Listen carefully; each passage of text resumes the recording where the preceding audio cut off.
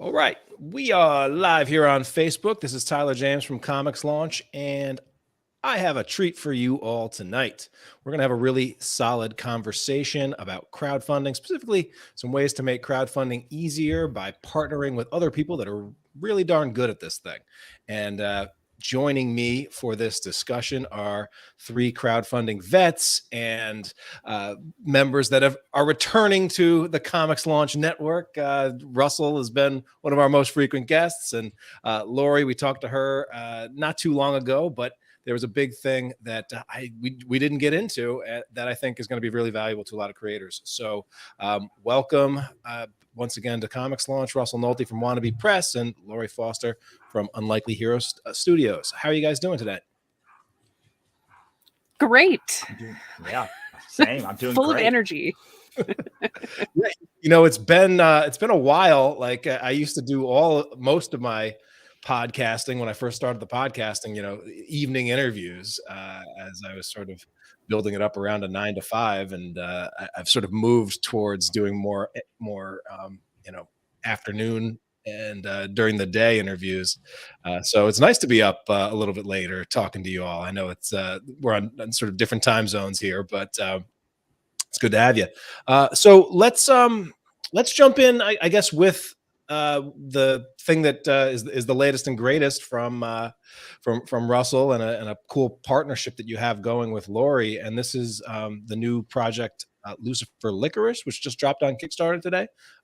Russell, do you want to start by just giving the lowdown on this project and what I know you have been moving towards more publishing and collaborations with your creative work and partnering with more people, and it seems like it's working to get a lot more stuff out there.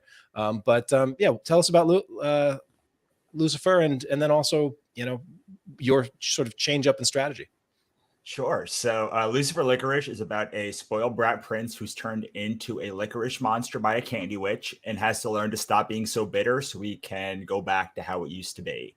And it's wonderful. We've been working on this for 5 years now. And when I worked with Laurie with the Cthulhu is Hard to Spell brand, because she's the new publisher and editorial team on it, she's like, what else do you want to work on? Or do you have anything else? And I pitched her a couple things and like, they were all good, but I was like, you know, I have this project that we've been trying to get off the ground for 5 years. We've literally got the issue already done. And she like, we've worked with Laurie, Angela Odling, who's the artist, and I worked with Laurie on Elsewhere. And like, we all kind of like each other's style. And Laurie was looking to get into doing more all ages books. And it all just really worked out, and I'm so in love with this series. It's always been kind of like, we all have those series that we want to get going, but for some reason or another, they just like the world just never lines up correctly to like make it happen. And this was Lucifer for us. We thought we were going to release in 2018 and then 19 and then 20. And then like the pandemic happened. And then like it was 2022. We've been 4 years doing this. And this is the first real chance that we've had to put this book out and talk about it. We did a little ash can and then a single issue run for Comic-Con a couple of years ago when everyone loved it. And so I'm super excited for this to have a wider audience. And yeah, it's, if you like Adventure Time, regular show, Summer Camp Island, Owl House, or any of those like kind of weird Disney Channel, Cartoon Network shows, I think it's going to be like right up your alley. And it's definitely the kind of stuff that I don't know if I love most, but it's a part of myself in the comic realm I have not been able to embrace very much outside of the books that I've drawn myself. Yeah, you know, and it's I'm curious, Laurie, as Russell was shooting some ideas your way, what was it about this one that jumped out to you as like, you know what, yeah, that seems like it could have a good home at Unlikely Heroes? It was a combination of things, I would say. The first thing was just working with Angela Odling as I worked with her on Elsewhere, her and Russell, and she is just like a ray of sunshine. And that's not like, she really is. And she's so positive, and her work is like both deep and positive, and it's just, working with her was just such a pleasant experience. And she was into like helping the campaign and making stickers and like just enthusiasm, and I was like, I want to work with this person all the time. That was part of it. And then it's just reading Lucifer Licorice, I was like, this is just good. Like, there's no it makes me happy to read it. I think everyone will like it. I think women readers will like it. And so far, every woman I've shown who's read this just love. They're like, I love this. Like, there's no description. It's great. I want more of this. Yeah.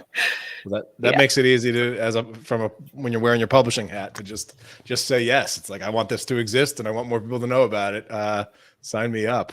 And this has kind of been the direction that I know you've been wanting to move towards, Russell, with your work is, but like, as someone who has sort of built a big name in the self-publishing space, the DIY space, and someone that has obviously fulfilled and launched many a successful Kickstarter, what's sort of been driving your move towards partnering with more? I know you partnered with a game development company recently with your Ichabod game project, and Laurie for this comic series. Like, just fill us in and share with readers why this isn't just a wannabe press thing or a Russell Nohelty Kickstarter launch. Well, I'm 40. And if anyone who is 40 probably doesn't need to have any more explanation than that. But like, it's been a long decade of me making comics and doing conventions and growing this all myself. And I have lived the first half of, if you want to go fast, go alone. The second half of it, if you want, but became much more interested over time in the, if you want to go far, go together. And I saw the success that I had by partnering with Monica Leonel in the nonfiction side, and how it doesn't have to be a nightmare scenario when you like, people can actually like love your work as a publisher as much as you do. And I never really had that a lot before. I mean, I've done a lot of short work, and I mean, people say that I'm self-published, but I also have signed like 50 publishing deals in my life. Some of them bad, some of them really good, most of them nebulously in the middle. And I realized that if I just found the right partners, I could go a lot further. Even if I made significantly less, it would allow me to just do more things and be seen by bigger segments of the audience. There is, no matter how much I want this to not be the case, there is a subset of people who will not buy your book if you are not blessed by a publisher that will, or that want to buy a book that's an RPG, or that is a card game, or they want to buy some other brand. And those are just things that I physically can't do. Like, I don't have the funds to like be funding card games and all of these things, or and so being able to find the right partners has allowed me to go further and make my ecosystem stronger. And that's what I'm really like. Not saying that the money is situated, but it's in a place where like it is like, in order to grow, in order to like make the money situation get better, it needs to like, I need to get more people just in the flywheel of, and one of the ways is put out more work. Another way is like work with more partners. Another way is get your book in more formats. Another way is like get your book just in print, in novel and in comics. And so I want to have as many ways into my work as humanly possible. And partnering with publishers that have been successful on Kickstarter seemed like the perfect way to do that, because like I already know Kickstarter, And I'm already a known commodity on Kickstarter. And while I can't bring a ton of that initial value to a publisher in a bookstore or in like the overall brand recognition, I absolutely can on Kickstarter. So it made sense to start there and then to kind of grow from that. Yeah, definitely. You know, your audience that is your direct audience. It's very easy to just direct them to get your stuff, and you know, if they know you're putting your endorsement behind it, there's no reason they won't trust it and be able to grab it there. So, Laurie, you know, we talked a little bit about Unlikely Heroes starting to try find its niche and its brand, and it's trying out different series. It has, you know, a few longer running series, anthologies. Like, do you still feel like you're kind of testing the waters on a lot of stuff, or are you starting to like have a vision for like, this is what makes an Unlikely Heroes studio book? This fits with our imprint, and this is what we want to be known for. Like, how have you been sort of navigating those waters? That's a great question.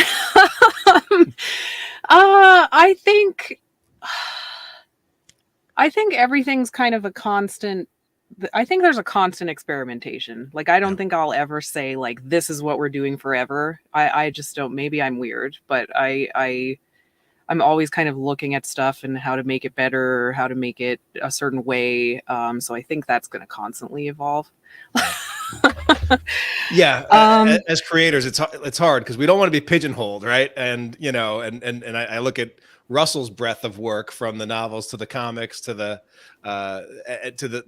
things that he tackles in terms of stylistics and things. And you know, you really, beyond like I think the tagline was like weird books for weird people, or some of the effects like that. But it's interesting the range that you've been able to show over your stuff, Russell. And you know, with Comics Tribe, we've definitely had different evolutions of it and what we've put out. I think some of the stuff that, you know, we've been able to build our brand around and get known for are, you know, originally it was superheroes with a hook, and then into horror, and I think the die cut hardcovers has been something that's been able to differentiate us a little bit. But I think it's important to like be able to do both, right? To be known for something, but then also, you know, want to be able to have the flexibility to go after a book that you just really love. Is that sort of what you're seeing? Yeah, that's it. And for me, it's also mostly been about working with people that I really like, and working with people who are like, who want to put their all into everything that they're making, like art team wise and editorial team wise. And yeah, and then last year we branched out, of course, into tabletop RPGs, and we're going to be doing more of that, which is really exciting. And I know it's completely out of the comic range, but I kind of want to bring that together and make it a one thing, which would be really cool. So is that doing it based on IPs of your current books and products, or yeah, that's what I'm thinking. Yeah, I not to spoil too much, but right. But that it's so smart, because then you can cross-pollinate the different products, and it makes it easy sell, and will draw, you know, the games will draw people to the comics and the books, and hopefully the books will get people interested in the game as well. So another in trying to come together with the topic or the things that I kind of want to talk about, you know, here we are in 2023. I don't know if you guys have noticed, it seems to me like Kickstarter in the last year has made more changes, just more updates, solving like issues that have been lingering, or just trying to get proactive. What are some of the things, just as people that have been on the platform for a while, that you're paying attention to, that you're noticing, that you're liking or not liking, or just like, you know, as fellow tea leaf readers, I'd love to hear, Russell, like what's on your mind in the crowdfunding space right now, or what have you been noticing, and then I'll see what what comes up for Laurie, and we'll just get a little discussion going. And if anyone catches the replay or streams online, feel free to join in the conversation as well in the comments. Sure. So I think the thing that I've really liked best is the advanced analytics. I actually dislike that I have to now do images for every product thing. I know everyone else loves it, but like, I don't want to do them. Like, it's just like one more thing that I have to do. And like in a list of a million things that I have to do. However, I really like the advanced analytics. I really have hope that they are going to make everything under one dashboard, so you can email people from all of your campaigns at like one time, and then they can unsubscribe one time, and you only get one email per campaign, maybe 2 instead of 100. I think that, to me, that is the easiest win that they could do, because it penalizes the more projects you do and the more projects you back, the more penalized you are. Because then now you have to reach out more times. Now you have to feel like a jerk more times, because you've emailed certain people across multiple projects, and like more and also like I would love it if they would let you unsubscribe from messages, because I want to send, like, you can unsubscribe from product updates, but I don't know if you know this, but you can't unsubscribe from the Kickstarter messages. So like, there are people that I know want to hear from us in the messages, but I can't send messages because I am not comfortable that people cannot unsubscribe to those messages. So I would love if like you could bring it all under one house roof. And I know that is not what they wanted going at the beginning, but that is how it's worked out. And so like, you might as well just get with the trolley at this point and do all of that stuff. That's the biggest piece of it for me.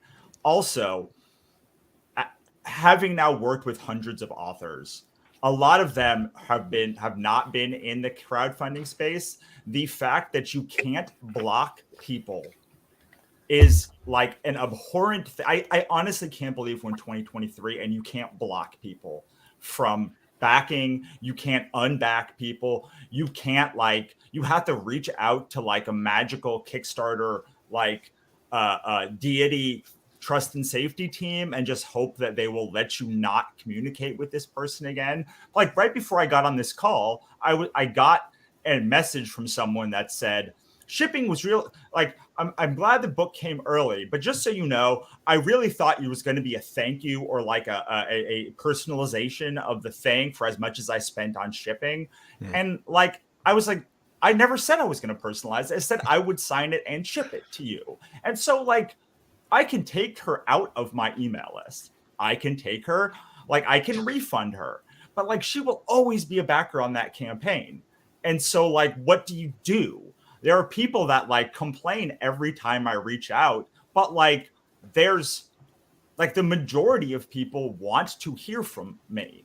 So it's like, there's maybe one complaint, and there's 75 people that pledge from like reaching out to all of the campaigns. Like, what do you do? And why is this in 10-15 years into Manika platform a thing that we still have to talk about? Yeah, it's interesting. And I mean, Backer Kit launch is an entire product that is there because Kickstarter never got around to solving this problem.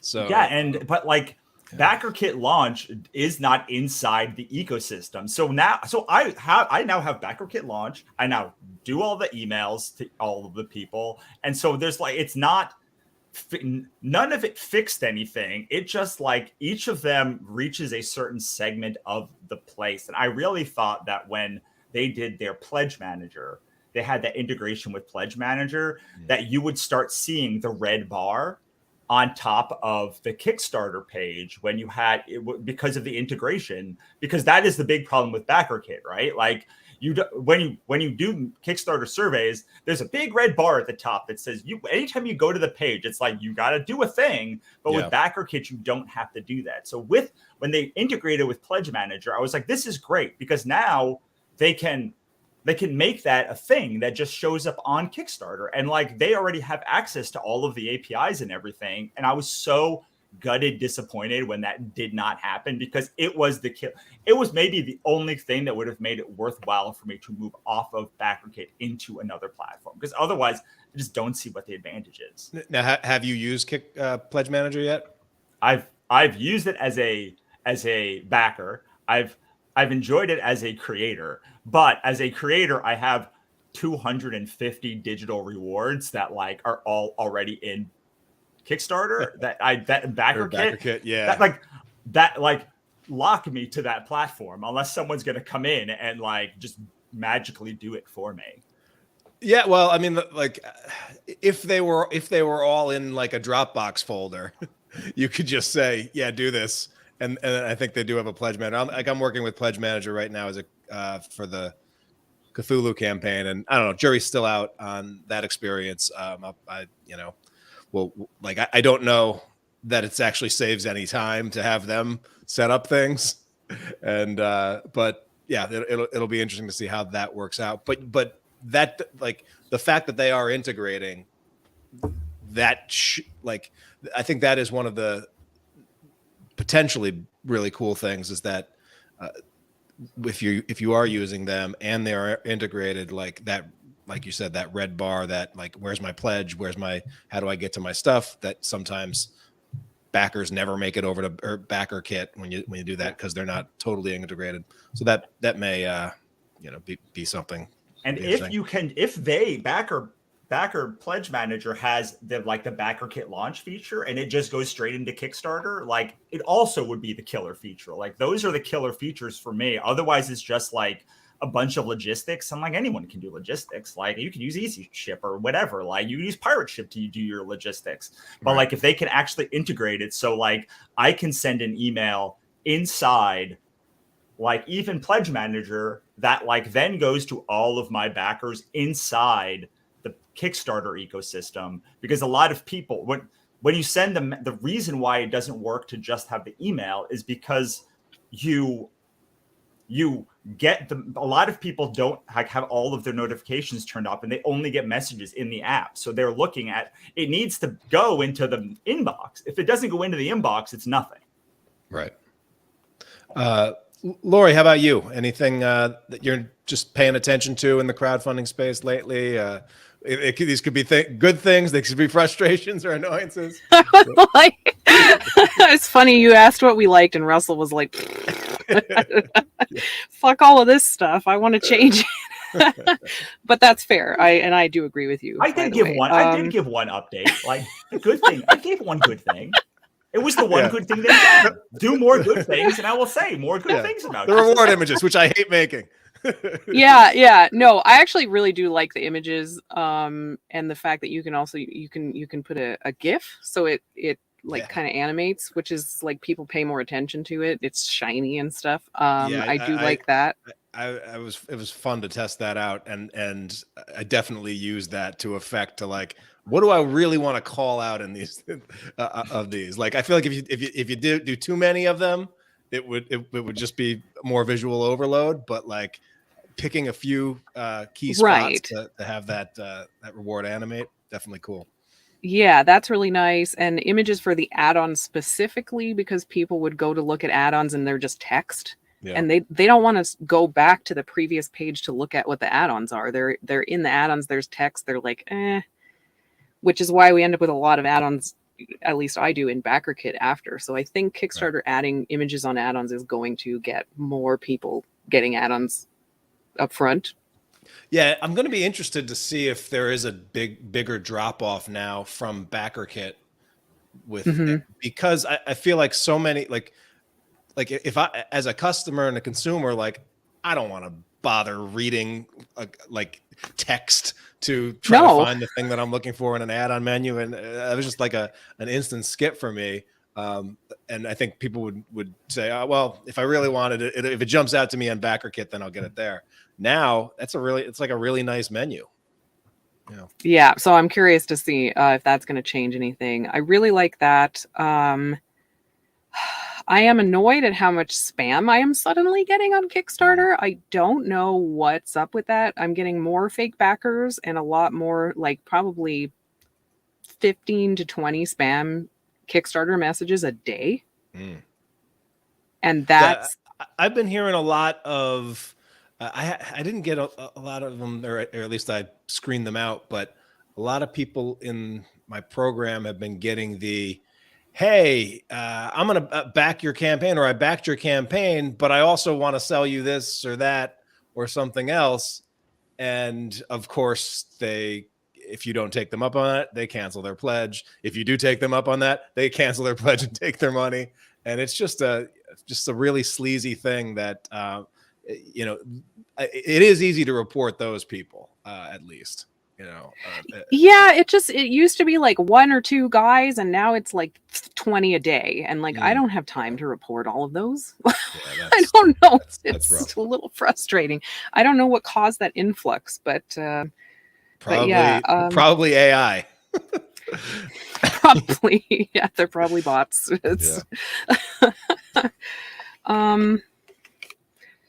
I was gonna say something else, and now it's gone completely out of my brain. But yeah, the images are the biggest improvement for me. I really like that. I think it's going to make a big difference. And just to be clear, I did say advanced analytics dashboard was great. That's right. You did. I forgot about that one. And that's one of those things that, like, I think is still in beta, and I haven't even done a podcast episode on it yet. So hopefully that it reminds me that need to tackle in. Is there anything in particular, just Russell, that you're paying attention to with that is just like, oh, that's an aha? So it will tell you. I don't think I get access to it when I'm not the actual creator. You only get it as the creator. But if I remember correctly, it tells you how much money you made from every campaign, so it will tell you the percentage of people who backed from a previous campaign and how much they backed for.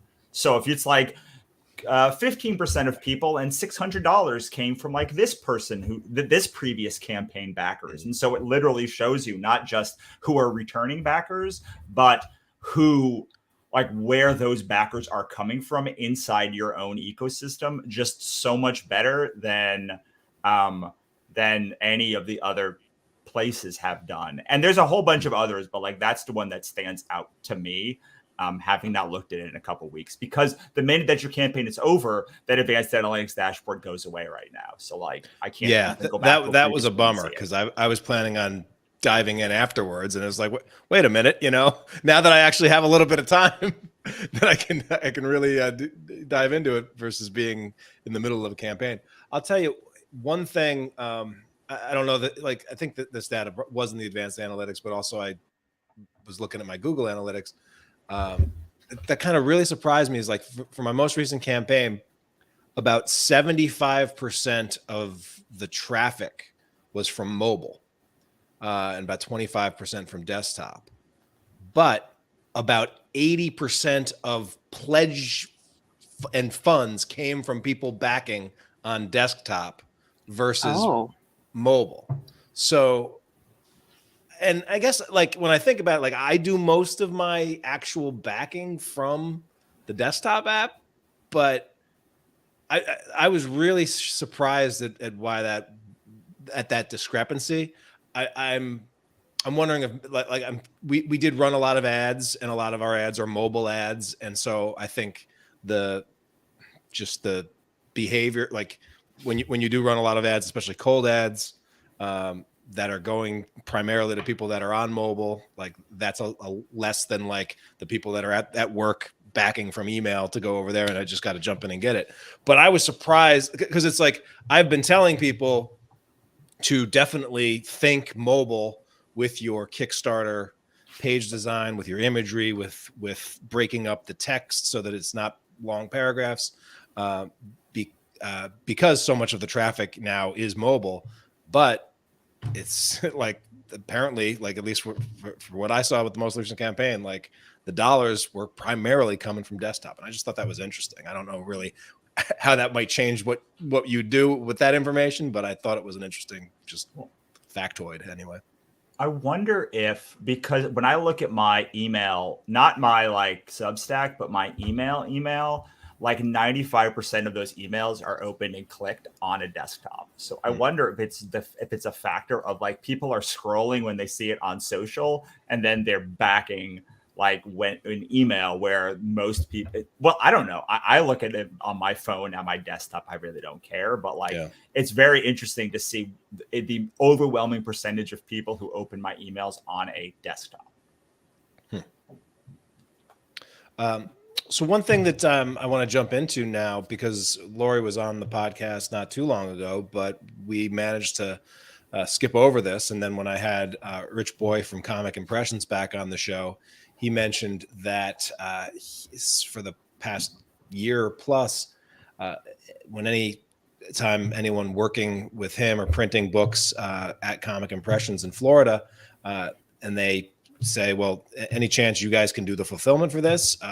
They are no longer doing that in-house, but they're referring people to Unlikely Hero Studios and Laurie Foster. And I was like, wait a minute, I just talked to Laurie. Let me, how did that not come up? And this is something that I think has kind of grown through word of mouth for you, Laurie. But can you talk a little bit about what you have been doing for not creators that you are publishing or that are publishing Unlikely Heroes books, but actual, independent creators out there launching projects on Kickstarter? Yeah, so since I basically chatted with Rich about it, he said, they were doing fulfillment and they decided to stop, and could I do it, because he knew I was fulfilling one of my own campaigns like a minimum of once a month. And I said, sure. And so we do the packing and shipping for anyone who has a Kickstarter campaign. It's been especially helpful to creators who are in like the UK and Australia, because for them to pay to ship their stuff is ludicrous. And, because I'm just a small company, I can do a campaign of any size, like even a tiny campaign, even if it's just 20 backers that I'm fulfilling to the US, and then they don't have to spend $30 a package to ship those packages, which is really nice. Right. It prices the US market out, as most backers are from the US. But I don't know. I would have trouble dropping 30 for a comic book, even in today's inflation. Exactly. Age, yeah. So overseas, so you're willing and to work with creators that have small projects. You have done some of the bigger projects as well, but can you just talk a little bit or share, like, like, when's a good time for a creator to contact you if they're wanting to know about what that might look like, and then also what's that process of going from, hey, I might want you to take this fulfillment side off my hands, to like communicate, whether it be communication or getting the information about the projects syncing up, like how does that work? Sure. Yeah. I guess I prefer it if someone contacts me mid campaign or before the campaign, even, just because I've had a few people now who have something like 1,000 backers and they don't use BackerKit because they're just not aware that it exists. And that makes my life, BackerKit makes my life fulfillment wise a lot easier than that Kickstarter spreadsheet nightmare. Yeah. But yeah. And then we just, I'm so used to doing it. I don't think of it as like a process anymore. I'm like, what do I do? Like, so we go over basically the cost of fulfillment and shipping. I let them know about that stuff. And then when the campaign ends, they let me know, okay, there's going to be this many physical backers that I need you to fulfill. Ideally, I'll hook them up on the BackerKit because that's just way easier. But if not, they send me a spreadsheet. We work with the spreadsheet. We usually ship Gemini mailers. Oh, of course, I guess we talk about, I try to get, and this has been a thing in the past, try to make sure the creators know that it's best if their things fit in a Gemini mailer. So there's been a couple of times where I've had creators, you know, they have all comic size stuff and then they give away an A4 print as a stretch goal. Yeah. And I'm like, we can do this, but you shouldn't do it in the future because it means we have to ship in a different kind of box, and then it's having a book in there with a print that's bigger than the book gets awkward. So then you have to put cardboard in there so the print doesn't bend, and it just gets so complicated just because you picked the wrong size of print. Right. Yeah. And exactly 0 people would zero backers would have left if it was that size versus a little bit smaller and fit perfectly. Exactly. So like, I'll try to go over little stuff like that beforehand if it's possible, to just be like, hey, let's try to avoid stuff like this because it's just going to make your shipping more expensive because the boxes are pricier and the packing is pricier. Yeah, and then in Rich's case, I collaborate with Rich, and he just tells me when he's sending me stuff, so that's really easy. Yeah. And I have a freight dock available, so he can send me pallets, which is even better for like the big campaigns. And you know, we have a warehouse, so we have space for all that stuff. We have place to store stuff if people need me to, you know, continue to take orders after the Kickstarter's over. Like, we have a lot of options for creators depending on how big they are or how small they are. Right. We can do all of it. Yeah, it's awesome. And if, like, I'm curious, like, because something that traditionally has not been included for a lot of creators, I think, when they go to set up their campaigns and set up like, all right, this is what I'm going to charge for shipping. Usually they're basing that solely off of the postage costs and maybe like the cost of a Gemini mailer. Like, Russell, as someone that is, you know, still designing campaigns, but might, you know, have them fulfilled through someone like Laurie, would you like build, or like, do you think it's, you know, it would work to build the like the extra, you know, pick and pack cost that working with someone like Laurie might incur into your campaigns, just into the shipping costs, into the postage costs, into the product? Like, is that like, do you see that as problematic, or do you see that as something that would just be darn smart? I talk to a lot of creators who what holds them back is fulfilling the book, but also what holds them back is they don't want to charge a lot of money for the book. And like, you've got to break one of those two. Like, one of those two's got to break. And like, I don't care which of those two like breaks. Like, either you have to like charge less and then incur all the costs yourself, or you have to charge more and have somebody else do it. But if you charge less and have somebody else do it, you will be deeply in the red. Like, I guess if you charge more and then you do it, you'll be deeply in the green, but like, you'll still have the hassle. So yeah, I mean, I think you should outsource everything that you possibly can that you don't like doing. I personally, no one believes me, but it is true, I personally like fulfillment. I have trained myself that instead of saying I have to do this, I say I get to do this. And I like will hire somebody to come to my house if I need to. Like, and they will then pack all of my stuff if it's a huge campaign. But yeah, I think you should outsource everything and charge as much as it costs to do it. At the this is like a radical idea in Kickstarter lingo. Still, like over 10 years since it started. The idea that you would charge the amount that something costs to make it and distribute it and still make it worth your while is still maybe the most radical idea in Kickstarter. And I can't believe it, because I know all three of us probably, but I know Tyler and I have been talking about this for as long as I've known him, which is about 10 years. Yeah, some mindsets are hard to break. And you know, I was chatting with a creator on a strategy call yesterday, and hadn't launched a Kickstarter yet, spent a lot of time looking at the direct market, and was really like focused on how many copies he could sell. And it just struck me like total number of copies sold is not a primary metric that a lot of crowdfunding creators look at. It's definitely in the direct market and the book sales, like number of books sold is primary.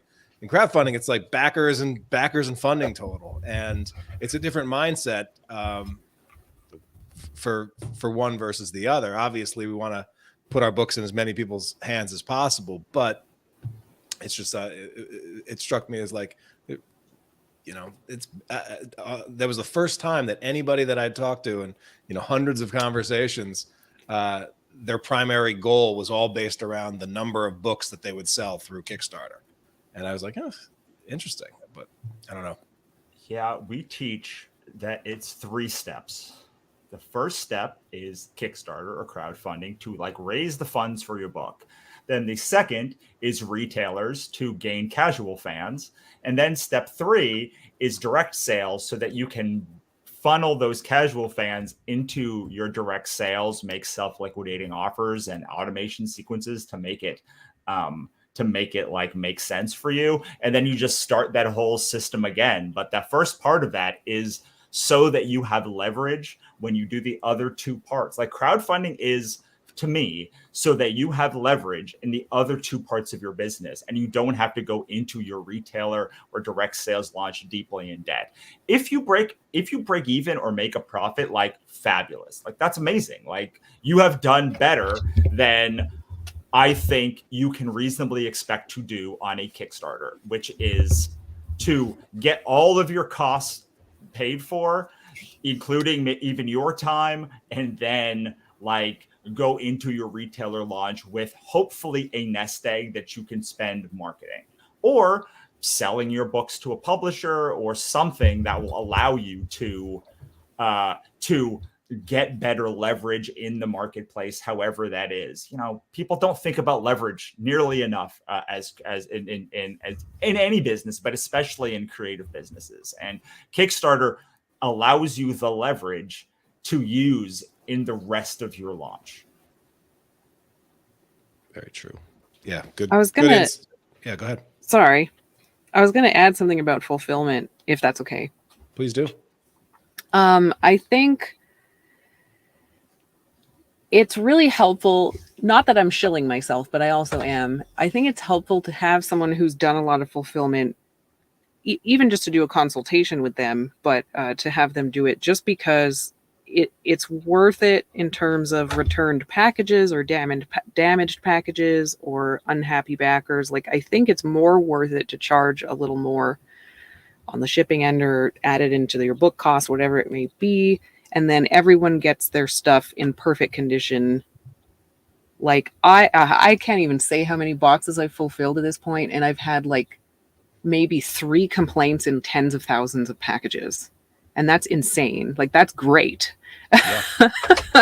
Yeah. And that's like, we phenomenal. care. We want people to get their stuff in pristine condition. We're not just a bulk fulfillment company. We're not Amazon. Like, I don't know. Yeah. Amazon's shipping is terrible. Like, yeah, they'll ship you, a nice book in a giant box that rattles all in a around, giant box or in a crappy bubble mailer, and your book Yep. is destroyed. Like, we're not doing stuff like that. And I think in comics, especially, like, people really want their stuff pristine, and that hiring someone to do your fulfillment really can help with that, and it'll make your backers happier in the long run. Yeah, absolutely. And that really was, I spent a lot of time trying to outsource Kickstarter stuff. First to a printer that was partnered with a warehouse, but they didn't sort of understand how comics worked. And then with a private person, but who, it was just a single entity or single person, and that person, wasn't reliable. And so, yeah, it's been tough, but I've had a lot of conversations with, fulfillment companies out there, and getting them to take the time to, like, you get books that show up, and sometimes the top book or is damaged or whatever, or like there's a misprint and something is just wrong. Like, they don't necessarily know not to put that in the box or put that in in the box and ship it off, and so somebody that knows comics definitely is a big asset to it. And it is one of the, like, it's the last impression you get to make in your Kickstarter campaign is when the book itself or the pledge arrives, and to have that be a less than stellar experience, I know is not the kind of thing that you want to encourage repeat back. Yeah, exactly. Yeah. So with this Lucifer Licorice series, Russell, just to bring it back to your latest, is what's the plan for this going forward? Are you hoping to make more? Is this campaign sort of a testing grounds, or what do you see as this project? And so yeah. I don't know. It's going to take at least $5,000 more for us to do a lot more, but Angela has inked the next issue, and then we have one more issue after that. So we only plan this being a 3-issue series, and man, I hope we get that far, because we have it plotted out until the end. I would love to do more things in this world, but like this one does pretty well resolve itself in the first in like these 3 issues. And like I said, the second issue just has to be colored and lettered. I have sent her the final issue. Like, she's told me that she's inked it, which will only put us like 30 or so pages before the end of the book, and then it should be I don't know, like a 96 to 100 or so page trade that hopefully we can then do a final campaign to like get the trade out there. And I don't think that Kickstarter is a great place to launch kids books, unless like it has Cthulhu, and even then like you're taking your life in your hands. But I do think that the things that work on Kickstarter inversely work at wide distributors, by and large. Not that people like Spike have not had really great like success with porn comics on Kickstarter, and then also in the direct market, but in her books are a very specific kind of porn also, which is not the kind of booby books that generally do $200,000 on Kickstarter. And there's nothing wrong. I'm not saying, like, this is not me being against any of those books, but I do know that in general, distributors want graphic novels and comics that are YA and middle grade.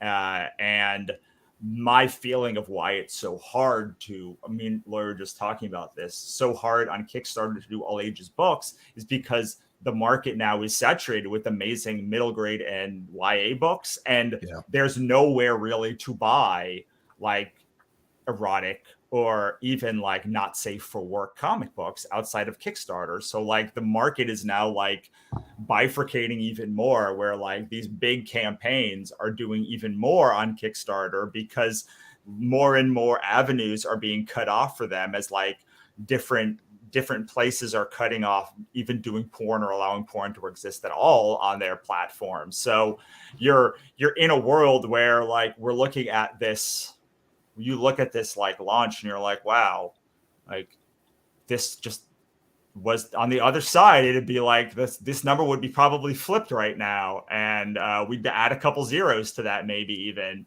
But I do think that when you're looking at a line, you need to like look at what you plan to do. And I'm hoping that like Cthulhu and other stuff will help like convince Laurie more and more to do more all ages or like all ages appropriate stuff. And that will push them to do like more bookstore distribution, which is what I really like like that's what I really care about the most. Yeah. But in order to get to the bookstore distribution, these books have to fund and do well enough so that we can finish the story that we have set out for them. And so it's one of those, it's like a vicious cycle. And I've never done an all ages comic before. Most of my books have been on the violent side of it, which is hard to find comics, even in bookstores, that do the violent stuff. So it has a similar, like, well, if it's a very violent book, like you probably are going to have more success on Kickstarter because there are vanishingly few places to find those kinds of books because most places don't want to stock them. And so it's hard to like, it's really hard to know like what anything means when you're doing an all ages book on Kickstarter. In the same way, it's also very hard to know when you're doing like a crime book on Kickstarter, because like the market for crime books isn't Kickstarter. The market for crime books is the bookstore. And when you look at like what my friends who do crime books do, like tell me their numbers are, like they'll do a Kickstarter and then also do like a bookstore distribution. They'd be like, oh, well, yeah, I only made like very little amount here, but I made like 50 times that over in bookstores because like that's where like my books sell to the general public. And I'm hoping that this will be like a sweet spot between like just weird enough to get Kickstarter people and just like mainstream enough to get like regular, like the person going into a library. And if you can circle that square, like it's going to go really, really well. But like I will write this book. I will write in this world as long as Angela wants to draw it and Laurie wants to put out books in it. Like I love it so much. It is like our own personal adventure time. And that's one of my favorite things that that's ever existed in the world to me. Yeah. Well, and the nice thing about Kickstarter that you can't do as well through bookstore distribution is you can, I see you're leaning in and doing some real cool pins and stickers, and I'm sure have some stuff waiting in the wing, some T-shirts and stuff like that. So Kickstarter lets you play with some merch, right, and expand that, and I could also, this becomes a book that would be a nice balance, I'm sure, Russell, on your convention table.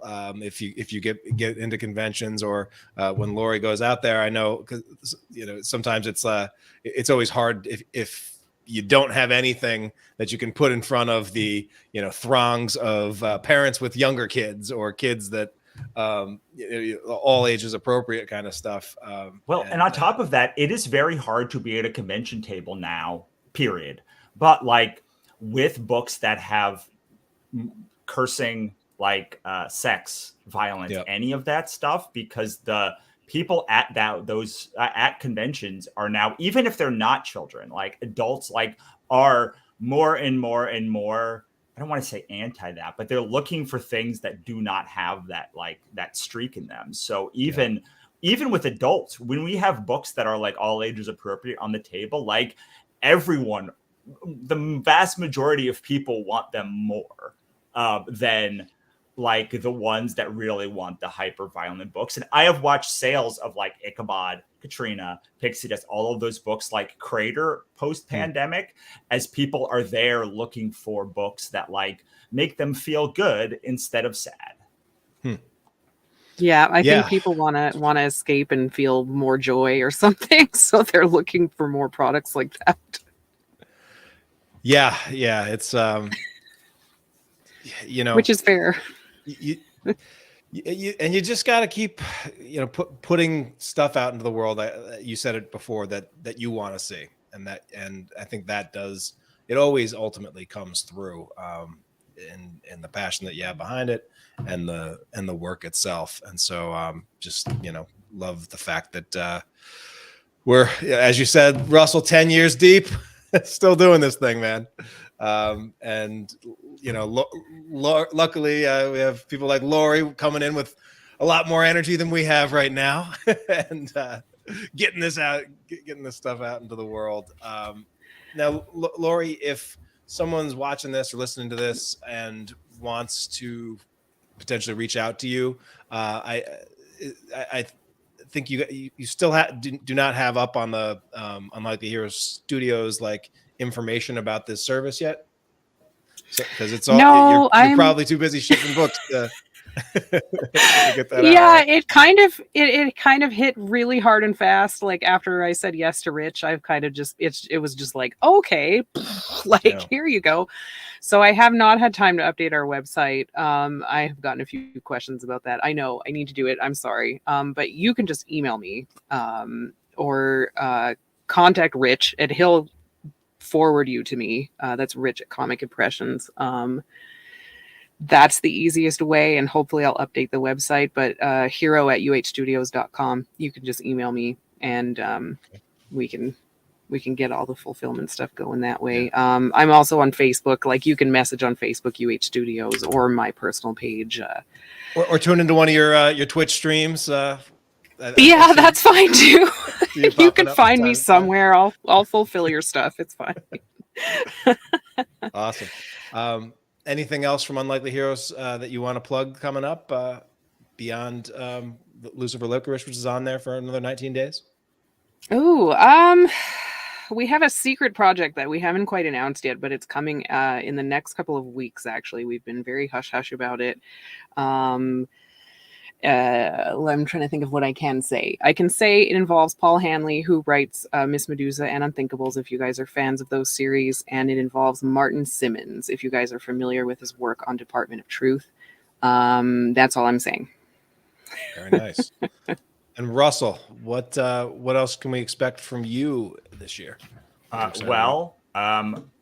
have a new Substack. It's at authorstack.substack.com, where my business partner, Monica Leonel, and I just unveiled this new writer-creator archetyping system called the Author Ecosystem, which you can find at authorecosystem.com and take a quiz, which shows you what the best, the quiz is young, but like the system itself is made to help you figure out the marketing and sales actions that you can take that have the biggest results. So we've mapped them to five ecosystems in the world, and we have shown like how each one is unique and how they look at the world we're building it out now to be how you work with other ecosystems, like what your strengths are, how to be healthy, how to be unhealthy, how to like go from unhealthy to healthy, all of those things. And we're coming out with a book on that in November, knock on wood. But the archetyping system is out now. You can find that the newest post on my author stack Substack is like an introduction to what I'm talking about, though. So for the nonfiction creators out there, that's what I'm working on. For fiction, Laurie and I have at least one, hopefully more projects to work together later this year that I'm very excited about. And then I have at least one more brand new one-shot comic coming this year. I know it's coming because it's done. Like we're just waiting to like launch it later this year, and it is going to be like that good monster hunting horror, violent bloodiness that like everyone likes from my work. And we're partnering with people we can't talk about yet to like do some other really cool things with it. So that's coming.